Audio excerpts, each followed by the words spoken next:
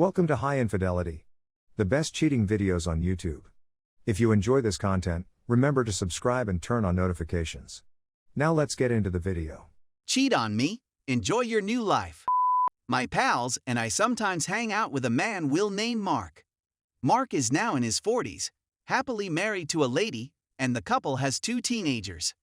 I'll relate this tale as accurately as I can based on what Mark told us. As you are all aware, married life may be monotonous at times due to 9-to-5 jobs, prosaic living in a small hamlet, and the fact that your children are growing up and you no longer have to care after them 24 hours a day, 7 days a week. So you try your best to spice up your life.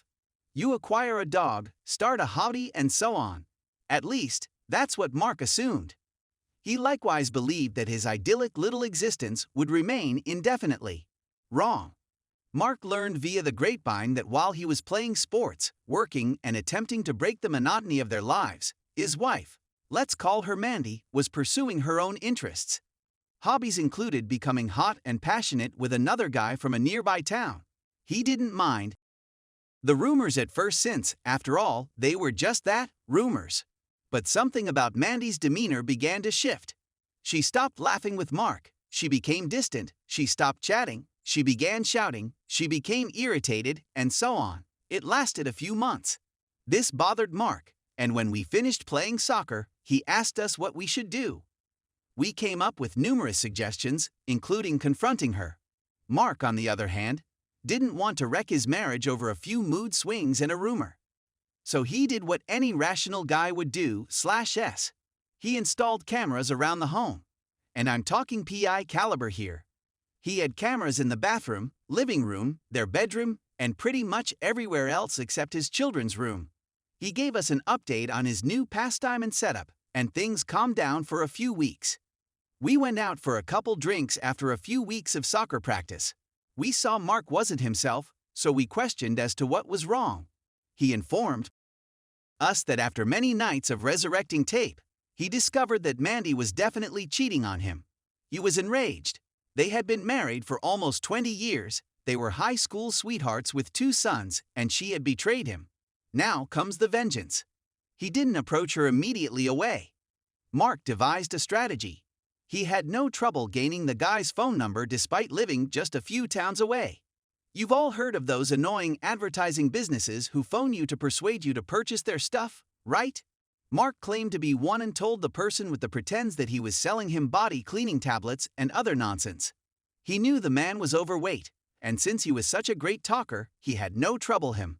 He obtained the guy's first and last name, which he already knew, address, SSN, work address, and some other information that isn't important to the narrative. He informed the man that he was in a poll for several awards from the firm for which he worked, and that he would contact him if the man won anything. Part 2 followed shortly after. On a Friday, while Mandy was at work, he put everything she had, including clothing, jewelry, collectibles, and other items, into their family vehicle. They had a VW Touran, so everything she had fit well. He informed Mandy they were going on a vacation when she got home from work. She was first opposed, but the slick talking quickly persuaded her to give up and get in the van with him. Before that, he drove the boys to one of our friends' home. They weren't yet 18 and he is a decent parent, and dropped them there. You may be wondering where they went. Remember how he referred to the man with whom Mandy was having an affair? I believe you already know the answer. Mandy had no idea, which was either unfortunate or amusing. He drove her and her stuff to the guy's house and phoned him on the way to urge him to come outside. He said that he had won first place and was on his way to personally present it to him. Mandy was still in the dark. She assumed he was simply pranking one of his pals. I'm sure you've realized by now that she isn't the smartest person in the world. Imagine her and the guy's expressions as he pulled into the parking place at the guy's home. He got out of the vehicle, shook the guy's hand, and said, "Here is your reward, sir. I suppose you know what it is." I went away after one final glimpse at Mandy's blanched face. He obtained custody of both children because he was better off than she was, and he also informed the court she was unfaithful, which was why he was divorcing her. This occurred last year, and as far as we know, the man was an A-grade jerk and she dumped him shortly after, After a few beatings and visits to the ER/police station, Mark was able to get over her after some time and a lot of drink, but he and his sons are doing well. They were both old enough to recognize their mother was at fault, yet they still hardly spoke to her when they visit. She attempted to re-enter Mark's life on a few occasions, but he did the wise thing and told her to. After we went out for a few drinks after soccer, he told us this tale. I had to go to the toilet because I was laughing so hard envisioning the entire scenario that I wet myself. I hope you had as much fun reading this as we did. It's not an SSN, and we're not from the United States. Because so many people got caught up on it, it's a tax number, and I'm guessing he requested for it to seem more credible. Edit 2. Corrected a few spelling mistakes. Many folks are reading a lot into every element of Mark's tale that I gave. For example, how he managed to fit all of her belongings into one automobile. Of course he couldn't, and maybe he hired some movers later. Consider the vehicle to be stocked with items for a vacation, or whatever floats your boat. As I previously said, I am writing this from memory, so certain details may not add up to your keen eyes. Be cautious. I also did not attend the custody hearing, but the kids live with him and see the mother every other weekend. I inquired how it was going, and they said it was fairly petty between her trying to earn their approval and convincing them she wasn't at blame. I believed them since they were 16 and 17 years old at the time.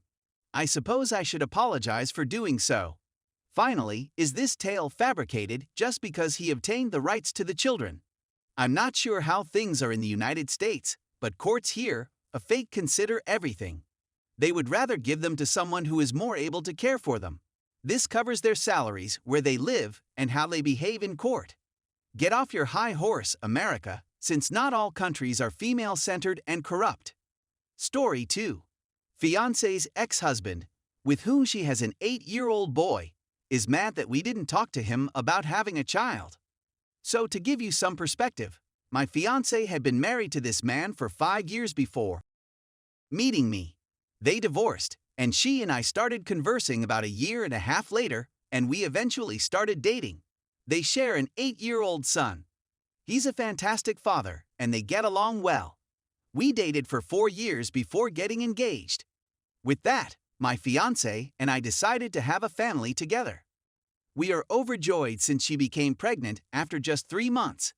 She wanted to wait until after 12 weeks to notify anybody, and we decided that before we went public, we should inform the ex-husband since, apart from us, this would have the most impact on their kid. He is very excited to be a big brother. He was rather enraged. He went on about how painful it was that we chose to do something so life-changing without even consulting him about how it would affect their kid and their family. He said that we needed to speak with him, and that there needed to be discussion regarding such matters. I interrupted him and reminded him that we were interacting with him right now, and that it seemed like he was saying we wanted his permission. This appeared to annoy him, and he stormed out of the flat. My fiancé was distraught as a result of this, and I consoled her for nearly an hour. I'm not sure why he behaved this way, but I'm guessing he hoped they get back together at some time. He hasn't dated once in the almost 6 years since they split. Maybe I'm wrong, but his response looks strange to me. I'm not sure what your guys think about how I could have handled this better. Should we have approached him before attempting to contact him? After saying that, it seems stupid to me, but I'm not sure what the right etiquette is for something like this.